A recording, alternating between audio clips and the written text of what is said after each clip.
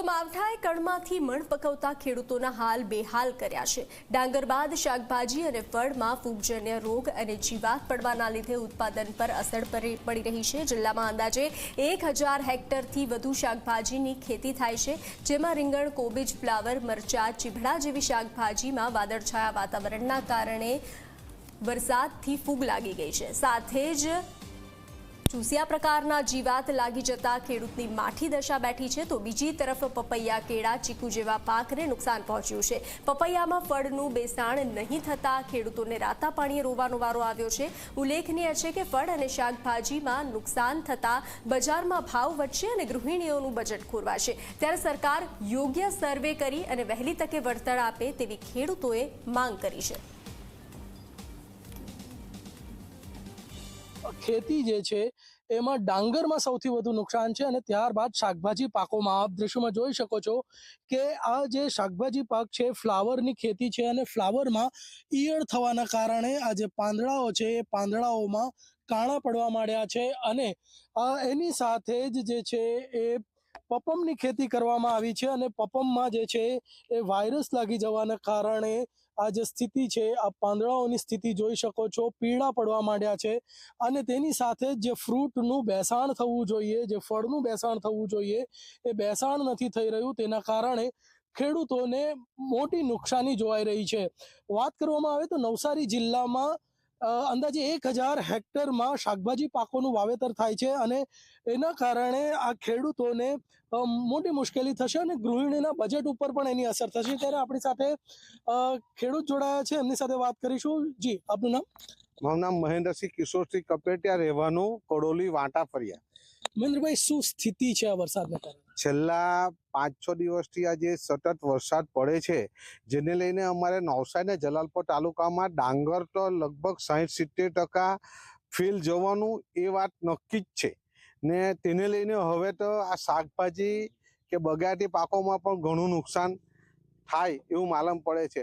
હાલ જ તમને જે જોયું છે તો પપૈયામાં આ રીતના વાયરસ આવવા માંડ્યો છે, જે અમારા ત્યાં ચીકુનો હબ ગણાય છે, પણ ચીકુમાં પણ એના ફૂલ જે બેસે છે તે ખરી જશે। કદાચ પહેલો એક ફાલ બેઠેલો છે તે આવશે, ત્યાર પછી એના પર પણ જર્મિનેશનનો પ્રોબ્લેમ આવશે। વાદળછાયા વાતાવરણમાં અત્યાર પછી એમાં પણ જીવાત લાગશે, એટલે એ પણ એક પ્રોબ્લેમ છે। શાકભાજીમાં પણ એ જ છે, રીંગણ છે, ટામેટી છે, ફ્લાવર છે, તેમાં પણ જીવાતોનો ઉપદ્રવ વધારે છે। હાલ વાદળછાયું વાતાવરણ સાથે વરસાદ પણ પડે છે, એટલે ખેડૂતો ઉપર કોઈ પેસ્ટિસાઇડ દવા પણ છાંટી નથી શકતા ને છાંટે તો એનું યોગ્ય રિઝલ્ટ નથી મળતું।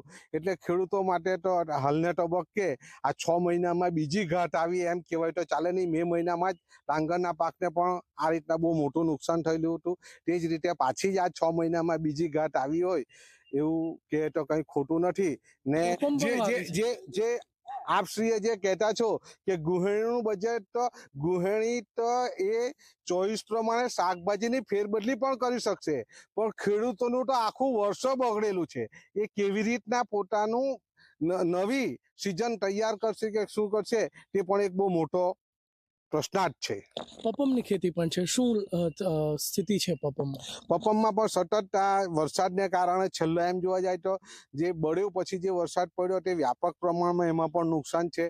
કોઈ વાદળછાયું વાતાવરણ રહે એટલે જે પ્રકાશ સંશ્લેષણની ક્રિયા થવી જોઈએ ને જે થતી નથી વાદળછાયું વાતાવરણને લઈને, એટલે એમાં ચૂસ્યા પ્રકારની જીવાતોને એવું જ લાગે છે। અને હાલ તો વાયરસનું પ્રમાણ એટલું બધું વધેલું છે તો કદાચ એ પપમનો પાક ફેલ જ જશે એમ। ભલે અત્યારે તમને છોડ હારા લાગે છે, પણ એમાં પણ એ ખેડૂતને ખર્ચેલા પૈસા પણ ઉપજે એવું અમને નથી લાગતું।